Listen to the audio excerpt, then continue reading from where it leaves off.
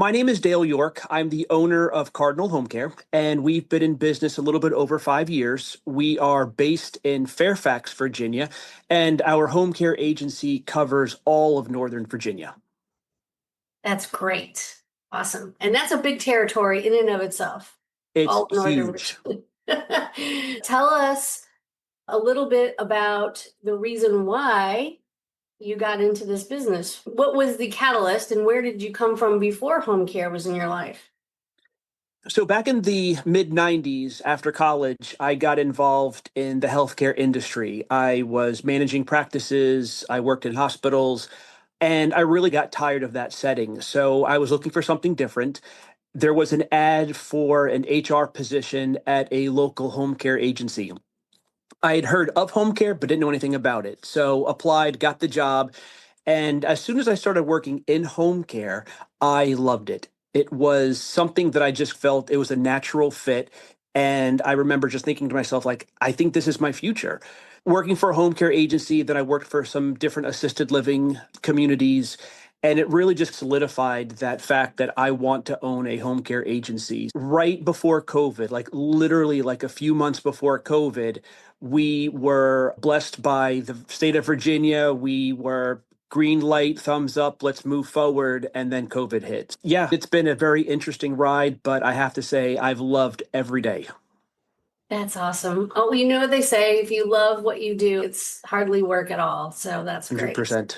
Yeah. 100%. And what a time to come on board. At the beginning of COVID, even the most stealthy, long-term, been around for years kind of home care agency had a really hard time during COVID. To be starting this up, you hit the jackpot on hard. I So- can I can tell you what happened just real quickly. There was a family that was in Arlington and they lived in a community. And if you remember during COVID, literally everything was shut down. Like you had to isolate in your rooms. And so she lived in an assisted living.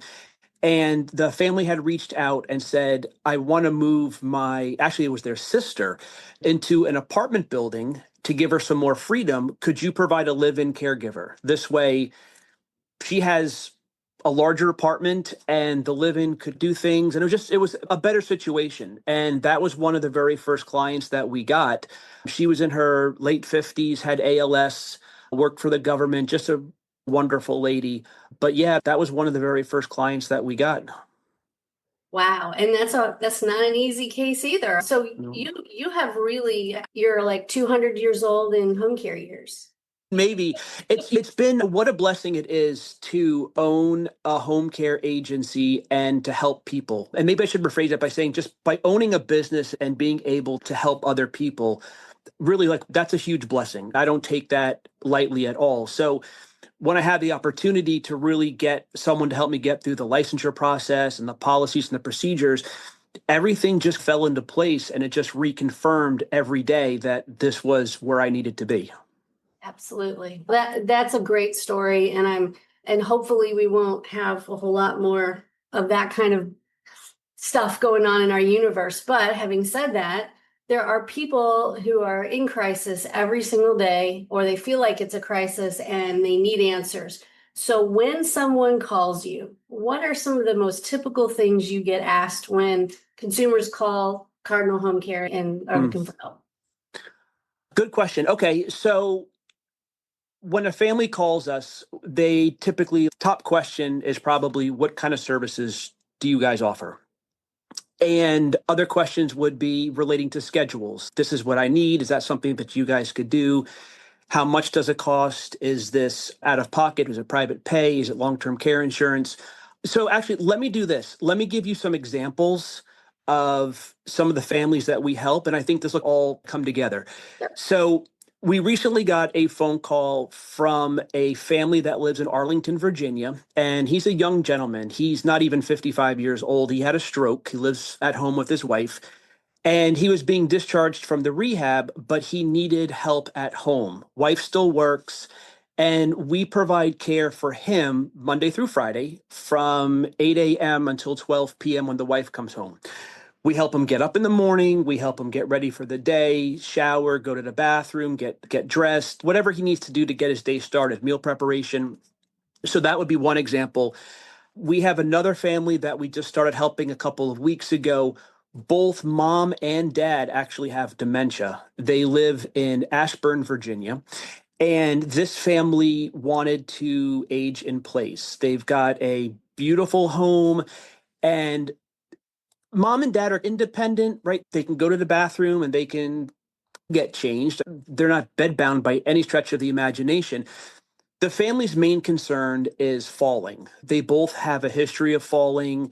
There's been some noncompliance with medication. So the idea behind helping this couple was, could you guys come in and work 8 a.m. to 8 p.m., 7 days a week, and just keep everything stable at home? Can you provide care if care is needed, bathroom or shower, getting dressed, whatnot? Can you make sure that the meals are prepared? Can you make sure that if we have questions or if we have a concern, can you help us? And it was an added measure of security for the family. And so we've been helping them now for a short period of time. And last week we got a call. It was for a family. They actually want around the clock care. So their mom was just put under hospice care.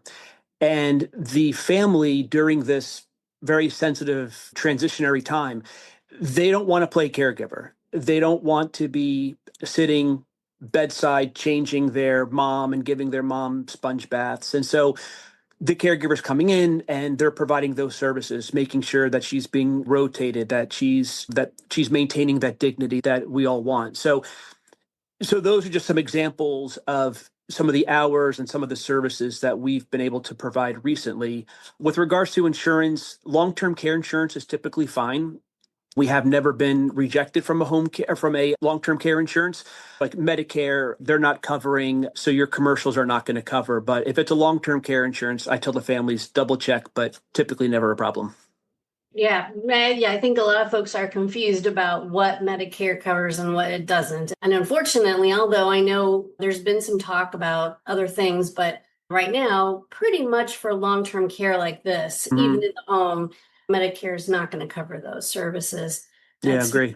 private pay or long-term care insurance. But what a great variety of clients and a great variety of requests. So someone could get short-term care or just part-time care during the day. And then you have folks that go all the way to 24-hour care, I'm sure. And so that's great that you were able to provide such a well-rounded set of services and whatever hours people need, basically.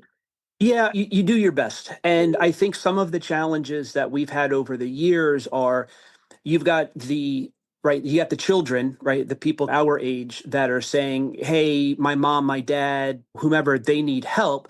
And Mhm. there's that, I don't need help. No one's going to help me. I've lived in this house for 47 years, right? And I get it, right? There's a dignity there. And I always tell my staff, make sure you're doing everything in love, compassion, and showing that dignity. And so we have to be mindful of that. And sometimes if a family reaches out and we're meeting with them and the person that needs care is just, I'm not budging, I'm not doing this. Maybe sometimes, Valerie, it's okay, can we compromise? Can we say, maybe we'll come in a couple of days a week and we'll just come in for the morning hours. Let's help you get your day started and let's just give it a couple days next week. Let's try it. Let's see what happens. It's not always, but you're not going to get 100% yes. But the family appreciates the fact that, okay, you're not trying to do a hard sale. You're not trying to force my mom or dad. It's, let's compromise on something. And like you and I know, sometimes just cracking the door a little bit, you've got a good caregiver, they're empathetic, they're there to help the individual. It just opens up that door to, wow, you know what? Betty was really great with my mom. And I think my mom is actually a little bit more receptive. So maybe we can try 3 days next week. And this is a very delicate industry. These are seniors. I think the average age that we help is mid late 80s. They grew up in a different time, a different era. You just can't force something to happen. You have to be willing to give and take. I know some agencies have minimum hours per week. Maybe it's 20 hours a week, and that's what we do. I think we try to take the position of, you may need that. You may need more, but if we can maybe meet you halfway and show you that we care and we're going to help and build some trust. Maybe we do a couple of weeks as a springboard for moving forward. So there's really no formula. You know this. You've been doing it for years. It's just you do the best you can. You try to build trust, and you go from there.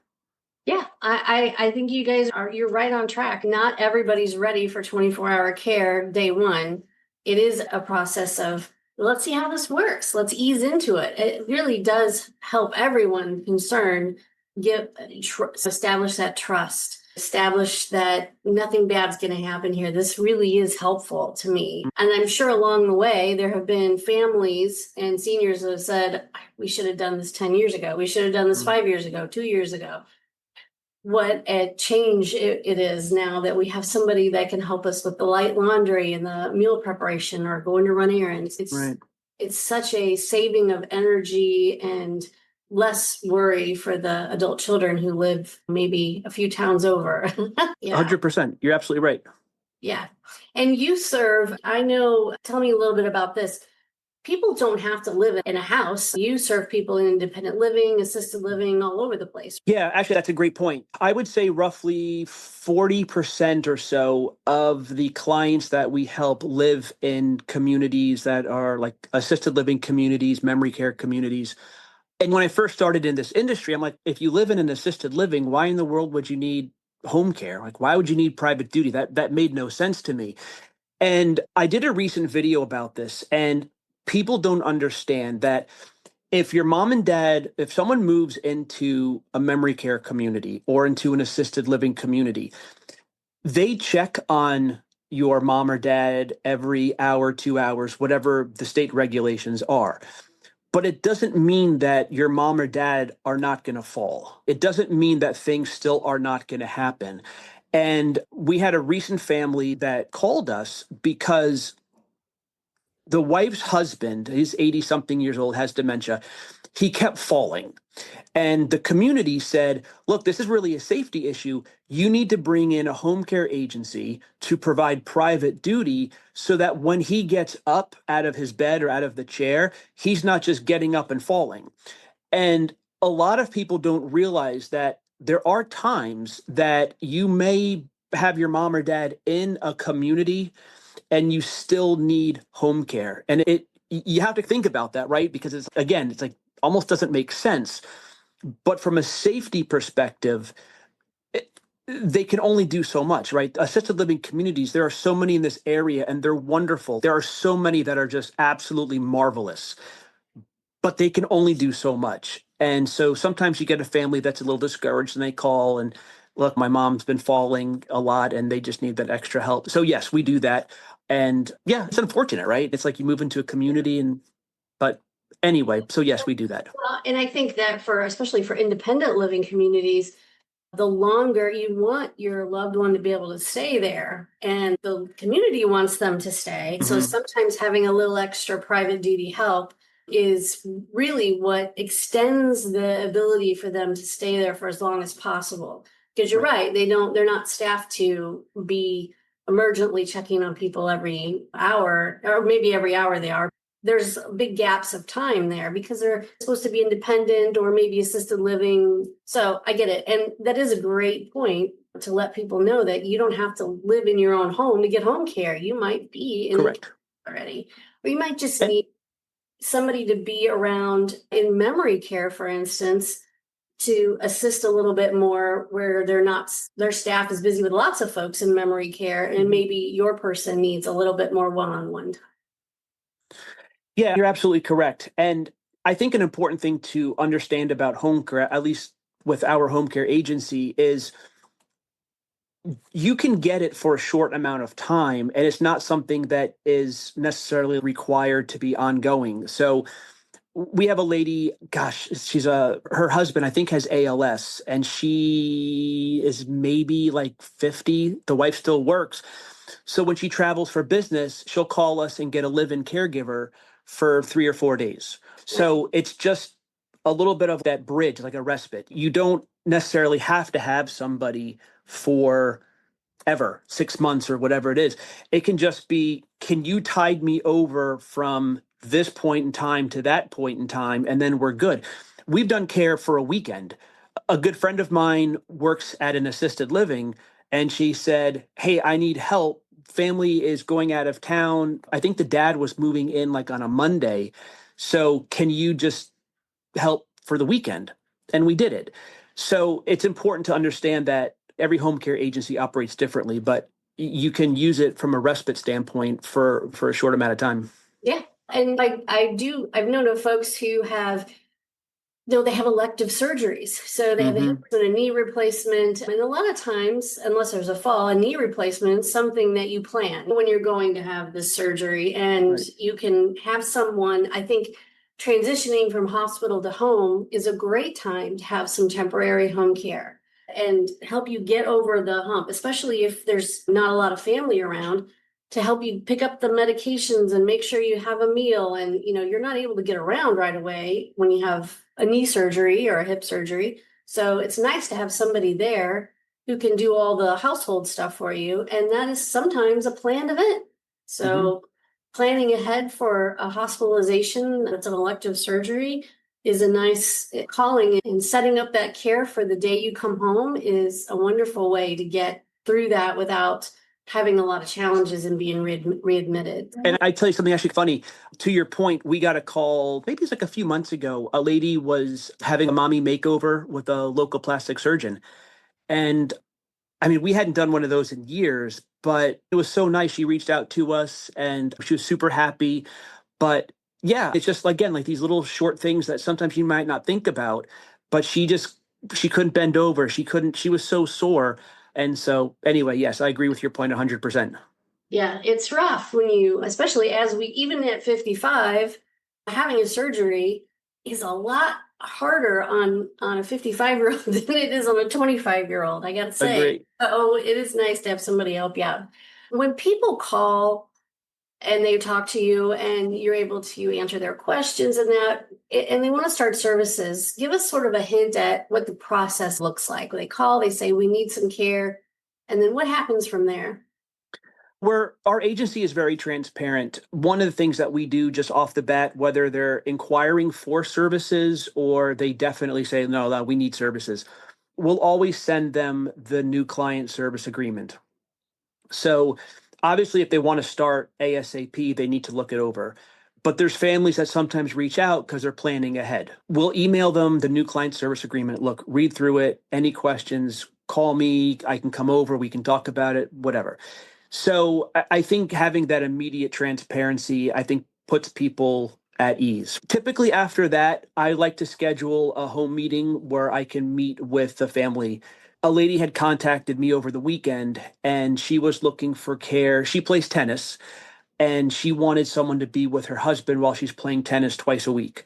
So I said, you know what? I said, let me come over. She lives here in Fairfax and let's talk about this. Let me meet your husband and let's have some Q&A. And she was totally on board. We just spent some time in her living room and just I met the husband, former military, and it was nice. So we left that. She's expecting our nurse, our director of nursing, is calling her up to schedule an assessment. The assessment is basically it's a lot of Q&A, but what kind of care is needed, visual checks, are there any open wounds, rashes, so on and so forth. And then we start care.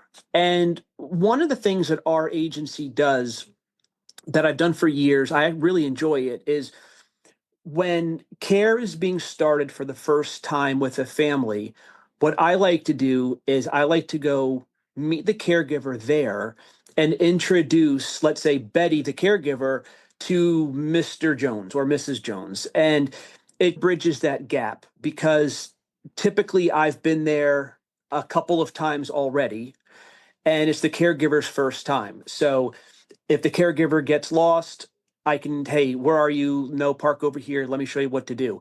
Sometimes the caregivers, they're not understanding what's going on. This is just a last minute call. It's helter skelter. I think the caregivers appreciate this as much as the clients do. And if anything, it just bridges a little bit of trust. Hey, you know what? Cardinal was there. They didn't forget about me. They helped me. And those are just some of the expectations. We typically will check in from time to time. Sometimes I do drop bys unannounced to see what the caregivers are doing. Sometimes I'll call the family and say, hey, I'm going to be over next week. I don't know. Can I come over around 1 o'clock just to check in? it's important to have that customer service, but also to understand what's going on in the family. Are there dynamics? Did something happen? Is the caregiver working out, or maybe they're not working out? So I'm probably an over involved owner, but I like it. So it works for me. Hey, you know what? I think over the years we've all talked about how customer service doesn't exist much anymore. So I think being an over involved owner is very nice. And I would agree that if I were a caregiver walking into a home for the first time, I would so appreciate the fact that someone else who knows this family has already been there, talked to them, and Mhm. I can cue off of what's going on when I walk in the door. A nice introduction is helpful for everybody all the way around, not just Agree.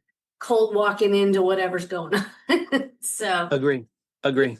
that is a wonderful, nice touch that not all home care agencies will do. I think that's a great customer service attribute. So that's great. Don't stop Thank you. doing that. Or somebody, if it's not somebody, your director of nursing or whoever, making that introduction is a nice touch for sure. Yeah, and to your point, our director of nursing sometimes does do it, and she does a phenomenal job. If it's an emergency client where we need someone there like ASAP, sometimes we'll have the caregiver meet our director of nursing there and they go through things together. That's right. That's perfect. I love that. But I think at the end of the day, I think the family just appreciates that someone cares, right? There's compassion. You're showing love, support, trust. I mean, it just makes a good impression. And I know some agencies do it, but I wish more did it because I think that the difference is noticeable. Yes, absolutely. This is a very emotional business to be Mhm. in with families who are feeling very overwhelmed and people receiving care who might feel a little overwhelmed by all of this. So the more you can show that you're there for them, and of course, putting a name and a face with a company, I Mhm. think that's a huge relief to so many. They want to know who they can call or who the person responsible is. If the buck stops with you, then that's good to know. So Correct. that's great. And is there anything else that people ask or people wonder about that we haven't addressed or talked about with Cardinal Home Care? I Ah, Not that I can think of top of my head. Every family has their different circumstances or different things that come up. We do a lot of work in communities. I had mentioned that a lot of directors of nursing will reach out to us. The biggest thing is just accessibility, right? People call me, they'll text me, hey, can you help with this? Can you do that? I think if you love what you do, I think it just shows, right? I don't know how else to say it. And so you know this, you can't help everybody. There's things are going to happen, balls get dropped from time to time, but we had a rough experience about a year ago in a community with a caregiver, and it wasn't really her fault, but another story. I was over there in about 20 minutes. Issue got resolved. I talked to the community, and she actually appreciated the kind of us just owning up to what we did. And it was almost like that service recovery that she appreciated that actually kept us in that community, continue working in it. Because she felt, and I asked her this afterwards, she felt that if something went south, that we were going to take care of it. And it wasn't just, oh, sorry, and don't hear back from us. So I think every situation's a little bit different. I think if you lead with integrity, I think that speaks loudly.